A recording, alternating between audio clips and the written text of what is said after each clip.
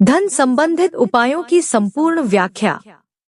धन की समस्या समस्त जनसमाज में प्रतिदिन विकराल रूप लेती जा रही है। जैसे जैसे व्यक्ति की आवश्यकताएं बढ़ी है, उससे अधिक व्यर्थ के खर्च बढ़े हैं। इन सभी की पूर्ति करने के लिए धन की आवश्यकता से इनकार नहीं किया जा सकता। व्यक्ति कभी भी आकस्मिक घटनाओं अथवा दुर्घटनाओं के लिए तैयार नहीं रहता, इसलिए जब भी अनापेक्षित एवं अनायास किसी प्रकार की घटना अथवा दुर्घटना का सामना करना पड़ता है, तो अनेक समस्याओं के साथ साथ धन संबंधित समस्या भी उभर कर सामने आती है। अपने उत्तरदायित्वों को पूरा करने में भी धन की आवश्यकता पड़ती है। इसके अतिरिक्त एक अन्य स्थिति को भी देखना चाहिए जो धन संबंधित समस्या उत्पन्न करती है। ये समस्या अधिकांशतः व्यवसाय से संबंधित ही होती है। व्यवसाय में किसी भी प्रकार की समस्या उत्पन्न होने पर भी खर्च यथावत रहते हैं। इस स्थिति में धन की अधिक आवश्यकता पड़ती है। ऐसे में यह विचार उत्पन्न होता है, जिस धन की हमें आवश्यकता है उसे कैसे प्राप्त किया जाए। प्रारंभ से ही हमारे विद्वान ऋषियों ने किसी भी समस्या से मुक्ति के अनेकों उपाय बताए हैं। धन संबंधित समस्याओं के लिए भी कि ऐसे चमत्कारिक उपाय हैं जिनका प्रयोग कर धन प्राप्ति के मार्ग में आने वाली बाधाएं समाप्त हो सकती है। आज से हम आपके साथ प्रतिदिन धन अथवा अन्य समस्याओं से छुटकारा दिलाने के स्वानुभूत प्रयोग साझा करेंगे। धन संबंधित उपाय कब करें? हमारे द्वारा बताए गए धन संबंधित अधिकांश उपाय को लक्ष्मी जी की कृपा प्राप्ति के साथ जोड़कर दिखाया गया है। इससे आप यह विचार ना करें कि लक्ष्मी के उपाय केवल दीपावली पर ही करें। आप दीपावली के अतिरिक्त भी अन्य शुभ अवसरों पर ये उपाय कर सकते हैं। लेकिन जब भी कोई उपाय करें तो पूरी श्रद्धा के साथ करें, तभी शीघ्र फल की प्राप्ति होती है। आडंबर से भरपूर और विशाल स्तर पर की गई आस्था एवं श्रद्धाहीन पूजा का फल कभी नहीं मिलता, इसका विशेष ध्यान रखें। इसके अतिरिक्त कुछ नियम का पालन करना भी अत्यावश्यक है, जो आपको नीचे बताए जा रहे हैं। आवेश की अवस्था में उपाय नहीं करे। अधिकांश अवसरों पर व्यक्ति दुखों परेशानियों से क्षुब्ध होकर पूजा पाठ अथवा उपाय करने बैठता है, तब भी आवेश से भरा रहता है। ऐसी स्थिति में आपका ध्यान उपायों पर कम, अपनी समस्याओं पर अधिक रहता है। परिणाम स्वरूप जिस स्थिति और समर्पित भाव से उपाय करना है, उस स्थिति में आया ही नहीं जा सकता। ऐसे में किए उपाय का लाभ नहीं मिल पाता। असंभव की प्राप्ति के लिए उपाय नहीं करें। किसी के अनिष्ट के लिए उपाय नहीं करें, अन्यथा प्रकृति के नियम अनुसार आप जिसके साथ जैसा करेंगे वैसा ही फल आपको भी आगे भोगने को मिलेगा। संस्कृत ज्ञान न होने पर हिंदी अनुवाद में पाठ अथवा स्तोत्र करें। संस्कृत को जबरदस्ती पढ़ने का प्रयास हानि करा सकता है। उपाय करते समय अपने गुरु और इष्ट के प्रति समर्पित भाव होना चाहिए, तभी सफलता निश्चित होती है।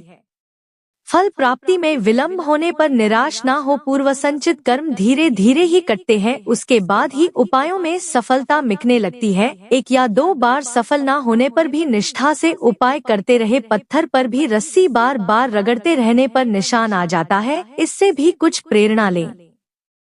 जिस उपाय के प्रति अधिक आस्था हो, विलंब होने पर भी उसे बदलें नहीं, अन्यथा नया उपाय करने पर शक्तियों को संग्रहित होने में फिर से उतना ही समय लगेगा। उपाय करने के साथ साथ कर्म भी करते रहे। कुछ व्यक्ति सोचते हैं कि जो उपाय कर रहे हैं उसका फल मिलते ही उनकी समस्त समस्या समाप्त हो जाएगी, इसलिए अब अधिक पुरुषार्थ करने की आवश्यकता नहीं, जबकि ऐसा नहीं होता। जिसे कर्ज होने की स्थिति में केवल उपाय पर ही निर्भर नहीं रहा जा सकता, साथ में व्यवसाय अथवा अन्य रोजगार में अधिक परिश्रम करने पर ही कर्ज उतारने की स्थिति बनेगी। परिश्रम के साथ परमार्थ भी करने पर शीघ्र ही भगवत कृपा प्राप्त होती है। सामग्री को जल में प्रवाहित कैसे करें? अनेक उपायों में यह उल्लेख आता है कि अमुक सामग्री को जल में प्रवाहित करें। इसके पीछे छुपा कारण आपको बताते हैं कि इसके पीछे यह भावना होती है, जिस प्रकार से प्रवाहित करने पर वस्तु हमसे दूर जा रही है, उसी में हमारे कष्ट और समस्याएं हैं, जिन्हें तीव्र वेग वाले जल में बहाने पर उसी तीव्र वेग से हमारे दुख एवं कष्ट दूर चले जाएं। अधिकांश पाठकों के समक्ष यह समस्या आती है कि हमारे आसपास बहता जल नहीं है। ऐसी स्थिति में आप किसी तालाब में भी यह उपाय कर सकते हैं। जो सामग्री आपने प्रवाहित करनी है उसे जल में छोड़कर दोनों हाथों से 11 अथवा 21 बार जल को आगे की ओर धकेले। ऐसा करने पर सामग्री आपसे दूर चली जाएगी। इसके बाद बहती सामग्री को प्रणाम कर ईश्वर से प्रार्थना करें, जिस प्रकार सामग्री डोर जा रही है उसी प्रकार मेरी समस्याओं को दूर करें। सामग्री उपायों में प्रयोग करने वाली सामग्री हमेशा स्वच्छ ही ले। अधिकांश वस्तु आपके आसपास ही मिल जाती है, लेकिन कुछ वस्तु ऐसी भी होती है जिन्हें डोर शहर से मंगाना पड़ता है, जैसे कि शंख, गोमती चक्र, कौड़िया, यंत्र, रुद्राक्ष अथवा अन्य सामग्री जो कि आपके पास पहुंचने से पहले कई हाथों से गुजरती है, इसलिए इनका पुनः शुद्धिकरण होना आवश्यक हो जाता है। इसलिए इन्हें गंगाजल में धोकर प्रयोग करें। गंगाजल उपलब्ध न होने पर गौमूत्र का भी प्रयोग कर सकते हैं।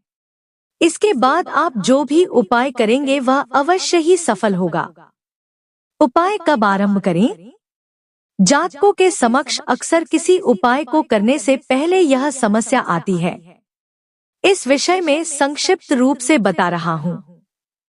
आप कोई भी उपाय किसी भी शुक्ल पक्ष में उस उपाय के प्रतिनिधि दिन से आरंभ कर सकते हैं। उदाहरण के लिए आपको धन प्राप्ति के लिए लक्ष्मी जी से संबंधित कोई उपाय करना है तो आप किसी भी शुक्ल पक्ष के प्रथम शुक्रवार से आरंभ कर सकते हैं।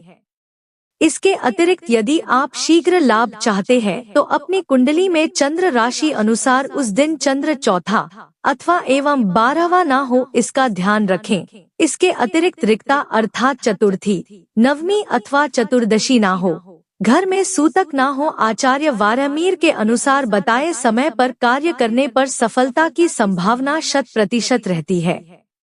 यह निम्नलिखित है। 1. प्रथमा प्रतिपदा पढ़वा स्तंभन प्रयोग के लिए।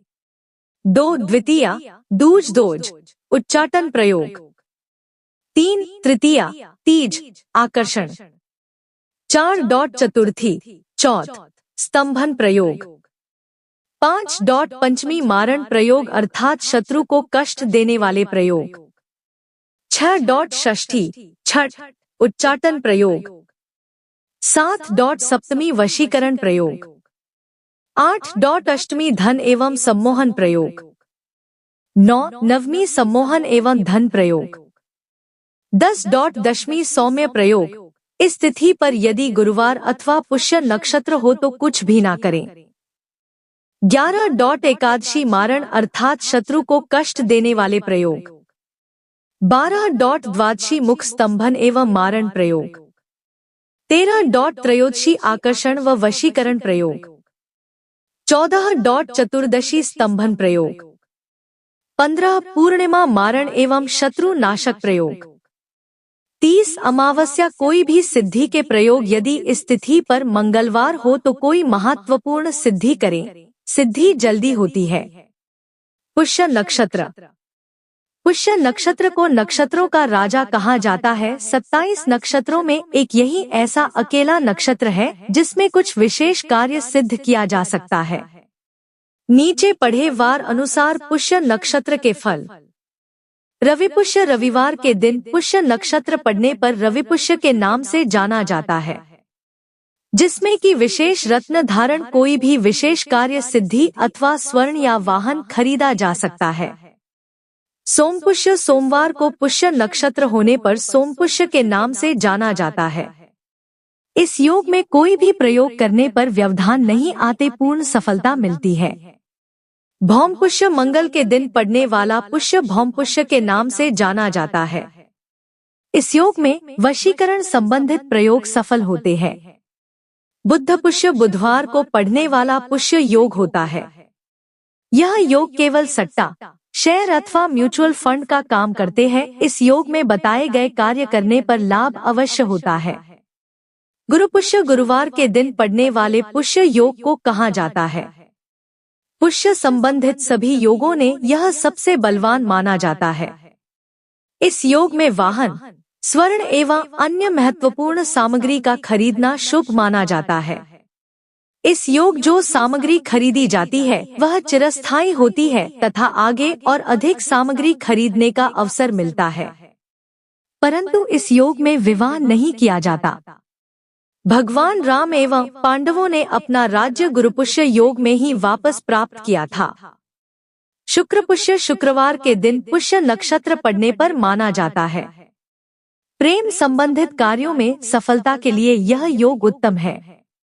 यह योग प्रेम कार्यों में उत्तम होने पर भी इसमें विवाह नहीं कराया जाता, क्योंकि इस योग का एक नाम चांडाल योग भी है। शनि पुष्य शनिवार के दिन पुष्य नक्षत्र पड़ने पर माना जाता है। किसी भी प्रकार के तांत्रिक कार्य इस योग में सफल होते हैं।